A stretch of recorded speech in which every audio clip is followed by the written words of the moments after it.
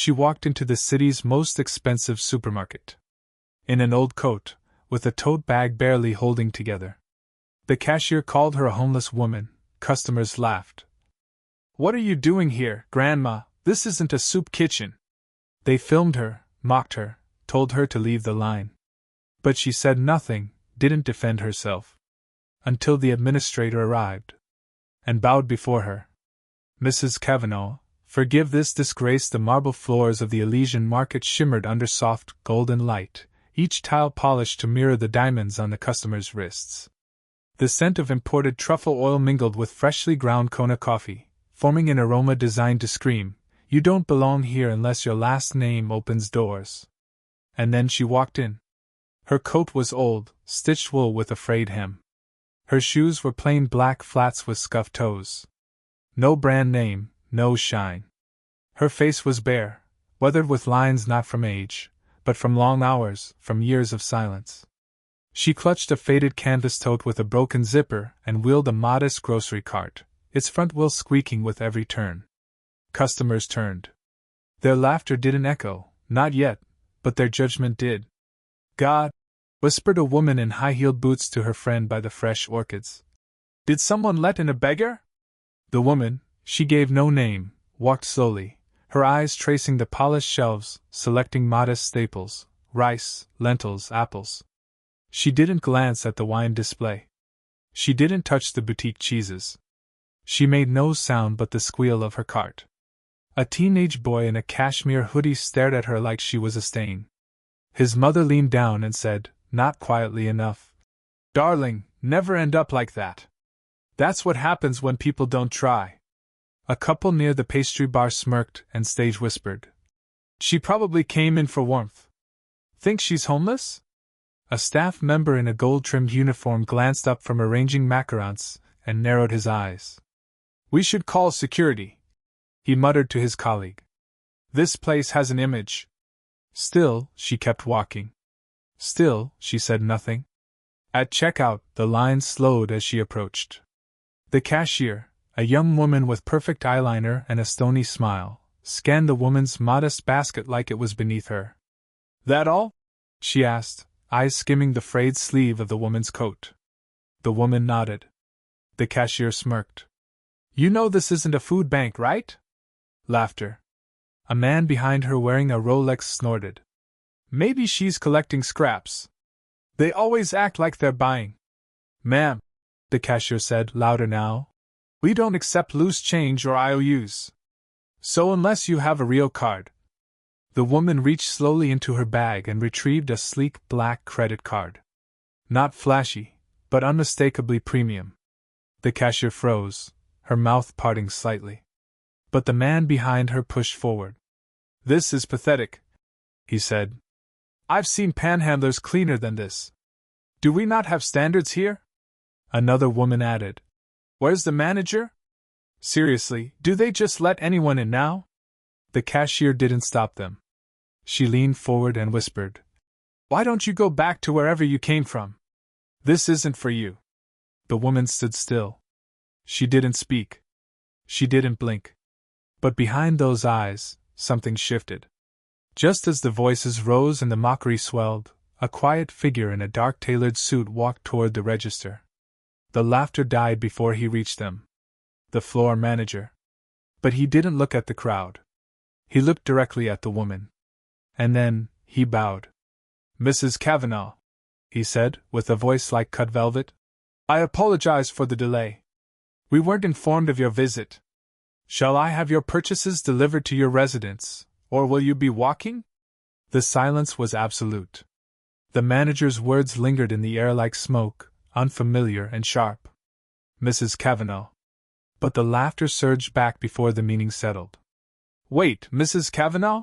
The cashier scoffed, forcing a laugh that cracked mid-sound. "Right. And I'm Queen of Monaco."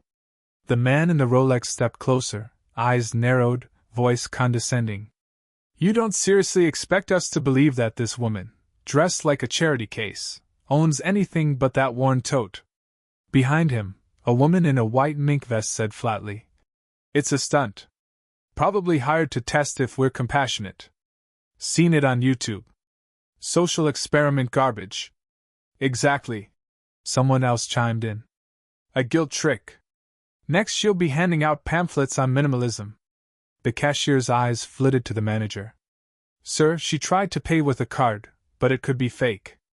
She came in here with a cart squeaking like it belongs in a salvage yard. Still, the woman, Mrs. Kavanagh, stood silent. She didn't correct them. Didn't flinch. That infuriated them more. She won't even defend herself, sneered the man in the Rolex. She's either lying or delusional. Either way, this place is for real clientele, not whatever this is. Then came the phones. A boy in a designer puffer coat angled his iPhone and whispered to his friend, "This'll go viral. Watch, #homelessair or some crap." Snaps. Videos. Smirks behind screens. She looks like she dug through a lost and found bin. Laughed a blonde in Louis Vuitton leggings. Bet she smells like soup kitchen perfume. The cashier, emboldened by the crowd, crossed her arms. I asked her to leave. She refused. That's grounds to call security. The manager hesitated. He was young, maybe 30, new to power, unprepared for this.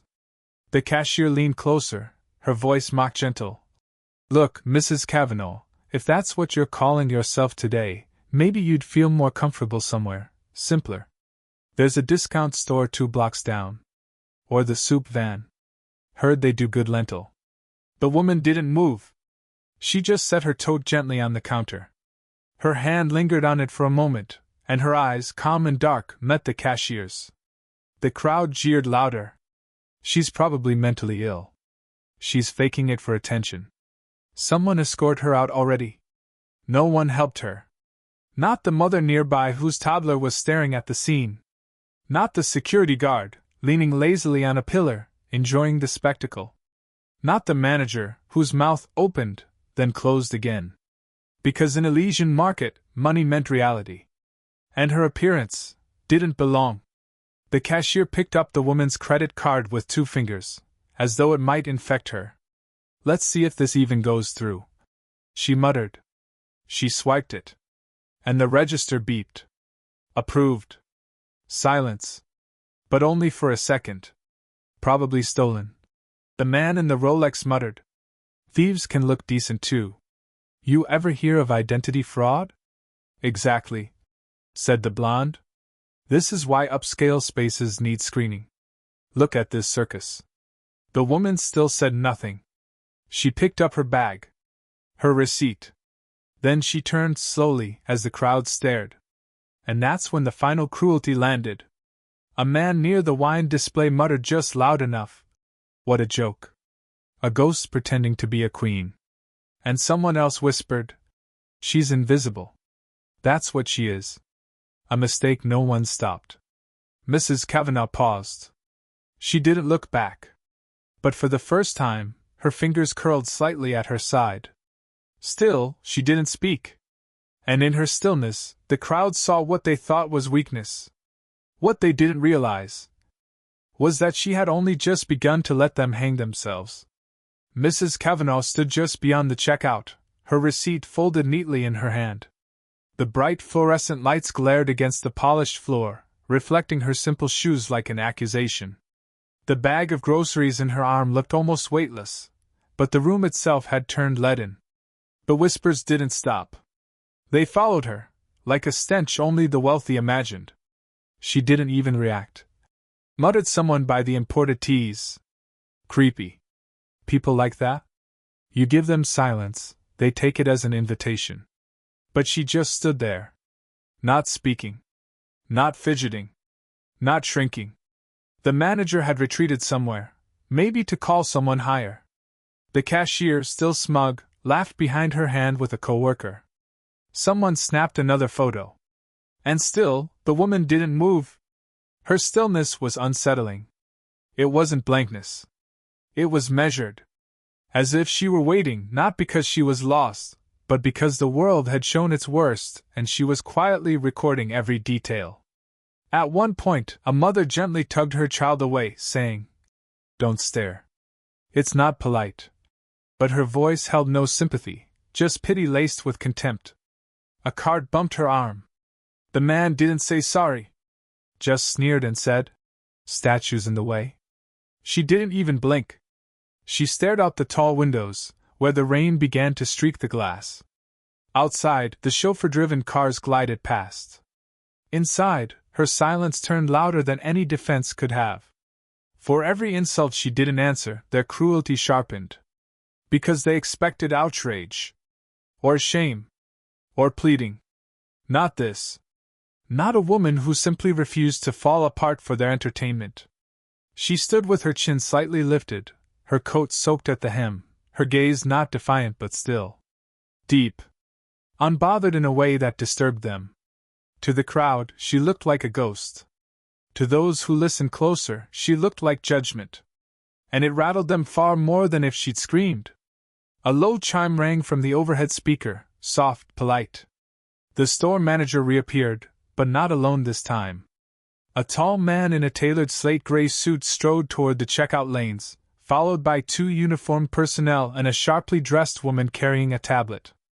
His name tag, gleaming discreetly on his lapel, read Graham Norwood, Regional Director. Everything about him radiated controlled power. Even the ambient noise, the scanners, the chatter, seemed to dim as he approached. The customers straightened instinctively. The cashier stood taller, smoothing her apron with a nervous twitch. Graham stopped in front of the silent woman. Then, to everyone's shock, he stepped back and bowed slightly at the waist. "Mrs. Kavanagh," he said, his voice low and formal, "I am terribly sorry for what you've experienced today. You were not supposed to arrive without escort. That was our mistake." Gasps. Audible ones. The cashier blinked. "What?" Graham turned to the staff, expression shifting to cold steel. "This woman," he said clearly, "is the majority shareholder of Kavanagh and Rel Foods, which owns the Elysian Market Group, including this store and 127 others worldwide." Silence cracked through the crowd like thunder. "She's our owner," he continued. "And if any of you doubt me, the articles of incorporation and legal filings are available. They bear her name. Would you like to see?" The sharply dressed woman beside him tapped her tablet. Within seconds, a document appeared on the customer service monitor. Sarah J. Kavanagh, Principal Shareholder, Chair Emeritus. The room froze. The man in the Rolex turned pale. The blonde in the mink stepped back. The cashier's mouth opened, but no sound came. She didn't say," she stammered. "She didn't have to," Graham said, his voice like a blade. "Because the dignity to stay silent when humiliated belongs to those who don't need to prove their worth." He turned to the crowd. "And yet you all judged her for her coat, her shoes, her silence. You mock the very woman who signs this building's checks." One by one, phones slipped back into pockets. Cameras stopped filming. Laughter turned to stillness. And Mrs. Kavanagh? She hadn't said a word. She only looked at the people who had mocked her, with neither anger nor pity. Just a gaze as unreadable as stone. Then she turned to Graham and nodded once. "Continue," she said. The silence that followed her single word, "continue," was not just quiet. It was verdict. Graham Norwood inhaled, then addressed the entire checkout area like a man handing down judgment. "To those who laughed, recorded, mocked, and refused service, your behavior has been logged." He turned to the sharply dressed woman beside him, who tapped her tablet again. On every staff-facing screen, names began to appear. "Cashier Natalie Holmes," Graham said, voice flat. "Effective immediately, your employment with Elysian Market is terminated. You violated not only our guest conduct policy but basic decency." Natalie stepped back, her eyeliner smudged, panic rising in her throat. "Wait, please, I didn't know." "But you chose not to ask," Graham interrupted. "You chose mockery over kindness. That is not a policy issue. That is a character issue." Security stepped forward. Natalie's badge was taken. Her apron removed. Graham turned next to the floor manager, the one who had hesitated earlier, his hands now twisted in regret. David Ellison. You failed to intervene. You walked away when a customer, your employer, was harassed. I didn't realize who she was, David stammered. And if she wasn't our owner? Graham's voice hardened. Would your silence have been acceptable then? David looked down. No, sir. You're suspended. Indefinitely. Corporate will review your conduct. A murmur ran through the crowd. And now, Graham said, facing the customers, a message to those not employed here, but who chose cruelty anyway. The man in the Rolex took a step back. The woman in the mink pulled her designer bag close. Elysian Market is a private entity. We reserve the right to refuse service. Anyone caught on our surveillance engaging in harassment today will have their membership privileges revoked. Permanently. He gestured to a screen, now displaying security footage in crisp clarity. People laughing, jeering, holding phones. Each face clearly visible. The man in the Rolex turned red. This is ridiculous. She looked like a homeless person. You mocked a woman buying groceries, Graham said coldly. Not because she was disruptive. Not because she stole. But because she looked beneath you. Security moved to the exits, where select names were being matched with loyalty card records. These customers are now barred from all Elysian branches. The blonde woman tried to plead. But I'm a Platinum Tier member. Not anymore, said the woman with the tablet. Your account has been closed. By the time the last name was read, half the store was gone. Stripped not of wealth, but of status. The unearned kind. And Mrs. Kavanagh? She remained silent. Her dignity didn't need defense. Justice had done it for her. The store had quieted into something almost reverent. Gone were the voices that had jeered. The cashier's station stood empty, her laughter now a memory that stung like acid. The polished marble no longer felt smug, only still. Mrs. Kavanagh turned to face what remained. A few shoppers stood stunned in the aisles, eyes lowered. 2 staff members near the deli counter watched without a word, their faces unreadable. The rain still tapped gently on the tall glass panels. She stepped forward, not to a podium, not onto a stage, but just into the center of that space where minutes ago they had tried to erase her. And when she spoke, her voice was calm, steady, but it carried. I didn't come here today to test anyone. I didn't come here to be recognized or to make a point. I came to buy apples.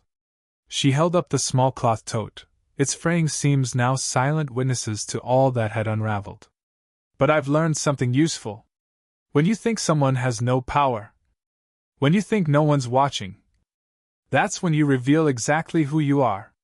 A woman near the bakery clutched her phone tighter, as if trying to disappear behind it. A young man in a delivery vest lowered his head. I wasn't offended by the laughter, Mrs. Kavanagh continued. I was disappointed. Because no one stopped to wonder why I stood here. No one offered help. Some even filmed my humiliation for entertainment. Not one of you thought, what if I'm wrong about her? She looked around, not in accusation, but as if she were searching for a single spark of humility.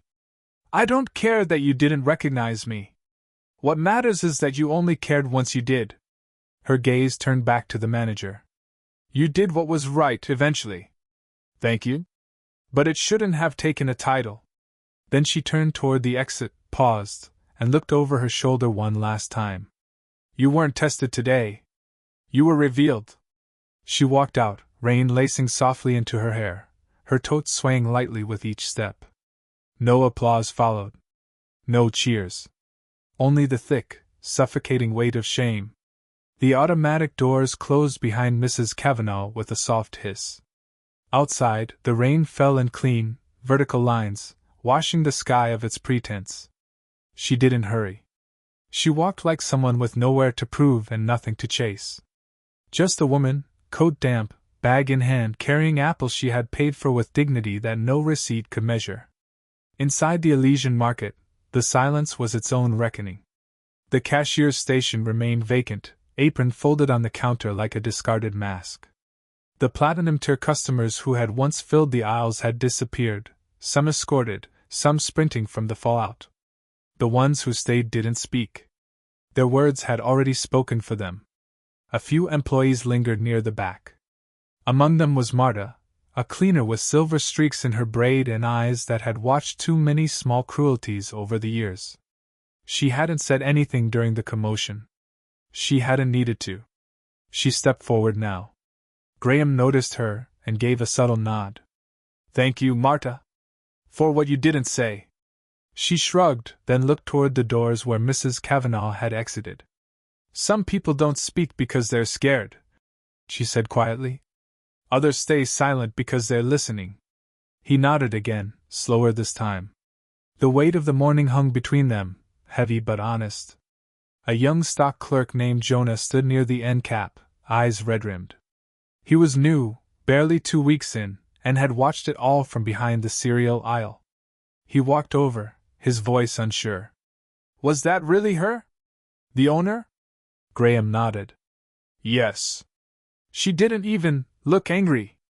She didn't have to." The customers who remained, 2 older women in raincoats, a man with a quiet dignity in a brown sweater, began to gather their groceries. No one reached for wine. No one took selfies. The space, once so desperate for prestige, finally felt real. Before leaving, Marta looked at Graham. "Do we need to prepare anything for corporate?"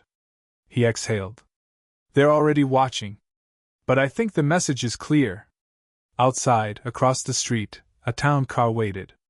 Mrs. Kavanagh stepped into it without fanfare. No flashing lights. No driver holding the door. Just a woman going home with her groceries. The rain blurred the glass behind her, softening the edges of a world she had just cracked open. Inside Elysian Market, the empire still stood, but quieter now. Humbled. And in its silence, a seed of something better waited to grow. 3 days later, a memo was issued from Elysian Market's headquarters. It was brief, but unignorable. Effective immediately. All store-level employees will receive empathy and ethics training. Surveillance footage from all 128 stores will be audited quarterly, not for theft, but for behavior. And no customer, no matter how modest in dress or quiet in presence, shall be dismissed, mocked, or judged by appearance alone. Signed, Sarah J. Kavanagh, owner and chair emeritus. Across departments, from warehouse docks to executive suites, the signature struck differently. Some applauded. Some feared. All read it twice. Meanwhile, social media caught wind. Not because Mrs. Kavanagh posted, she didn't have an account. But because someone who'd filmed her humiliation had tried to spin it as a learning moment, only to be met with a digital backlash they hadn't expected. Within hours, the hashtag she owns it trended. But Mrs. Kavanagh never commented. Never gave an interview. Never posed for a profile. She simply returned to her life. Early walks with her dog, tending her rooftop tomatoes, writing in her leather-bound notebook beside the fireplace of a house the public had never seen. What mattered wasn't her fortune. It was her refusal to wield it for spectacle. At the store, some things changed quickly. Natalie's nameplate was gone. The cashier who replaced her, an older man with kind eyes, greeted every customer the same way. "Morning. I'm glad you're here." Others took longer. The manager, David, was reinstated after a long meeting with Mrs. Kavanagh herself. No headlines. Just a conversation behind closed doors. He came back quieter. Firmer. He kept a printed copy of her memo taped inside his locker. And every now and then, a customer would ask if they had seen her, the woman who didn't belong. Marta, the cleaner, would nod. "She comes in now and then," she'd say with a knowing smile. "But you won't notice her. That's kind of the point." Because real power didn't need applause. It just needed to be still long enough for the truth to rise. In the quiet of a sunlit room, long after the news cycle moved on, Sarah Kavanagh sat beside a tall window with a cup of tea and a pen that had outlived every company she'd ever built. She opened her worn leather journal, its spines softened from years of use, and began to write. Not for publication. Not for anyone's validation. Just for clarity. On the page, her handwriting curved slowly, unbothered by the world's speed. March 28, 7:42 a.m. I walked into the market today the way I did 30 years ago, alone, unnoticed. The floor was shinier. The uniform stiffer. But the eyes? The same. I don't blame them. We train people to spot power and polish. But what does that make of those who choose silence over spectacle? Or those too tired, too real, too human to curate their dignity into a brand? Today, I was invisible. And that invisibility revealed everyone else. The truth is, I didn't walk in to test them. I walked in because I miss shopping. Alone. Like I used to, before the articles, the boards, the meetings.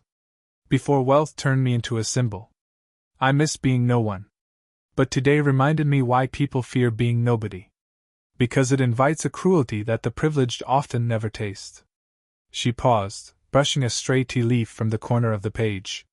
Then she continued. There's a strange clarity in being hated for who they think you are. Because then, when they learn the truth, when the curtain lifts, they aren't embarrassed by you. They're embarrassed by themselves. That's what I wanted them to feel. Not punished. Not destroyed. Just seen. For once, not as the person who signs checks. But as the woman with a canvas bag. Trying to buy apples. Trying to exist without explanation. Power, I've learned, is quietest when it's watching. And most dangerous when it says nothing at all. They'll forget my coat. My shoes. But they won't forget the silence that stood there, calm and still, while they collapsed under their own ugliness. That silence wasn't weakness. It was choice. It always has been. She closed the journal. Not with triumph. But peace. Time passed. The headlines faded, the videos were buried beneath new scandals, and Elysian Market returned to its rhythm of imported goods and curated charm. But something fundamental had shifted. The regulars noticed it first, a subtle humility in the air. Staff now paused to make eye contact. No one snickered at a scuffed coat.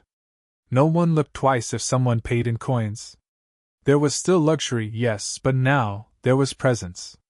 The new hires were trained differently. Empathy before efficiency. The onboarding manual read, a line taken directly from a quiet directive Mrs. Kavanagh had handwritten herself. Years later, employees still remembered the day. Not because it made the news, but because they had seen what arrogance looks like when it collapses in public. They remembered how it felt to realize they had laughed not at a poor stranger, but at the owner of everything they touched. Even those who weren't there knew the story. They whispered it in break rooms and across training sessions. She came in wearing nothing special. They mocked her, humiliated her. And she never raised her voice. Not once. Then came the regional director. The firings. The fallout. And she just left. Without fanfare. With her groceries. Some called it the day the marble cracked. Some called it Kavanagh's lesson. But most simply called it the day we learned. The blonde in the mink coat? She stopped shopping at Elysian. Rumor had it she'd changed cities. The man in the Rolex? Sold his membership online and disappeared from the country club circuit. Natalie, the cashier, found work elsewhere, but never again mocked a stranger's clothes. And the video that once tried to shame Mrs. Kavanagh? It now opened ethics workshops in corporate offices across 3 countries. No labels, no names, just a still image of her standing at the checkout, silent, surrounded by mockery. Underneath it, one line. What if you're wrong? As for Sarah Kavanagh? She was last seen walking through a Sunday market in her neighborhood, her same canvas tote swinging gently by her side. No one stopped her. But a few people smiled. Not because she was famous, but because they recognized something rarer. A woman who had taught the world that real power doesn't need to be loud. It only needs to stand still long enough for the truth to speak.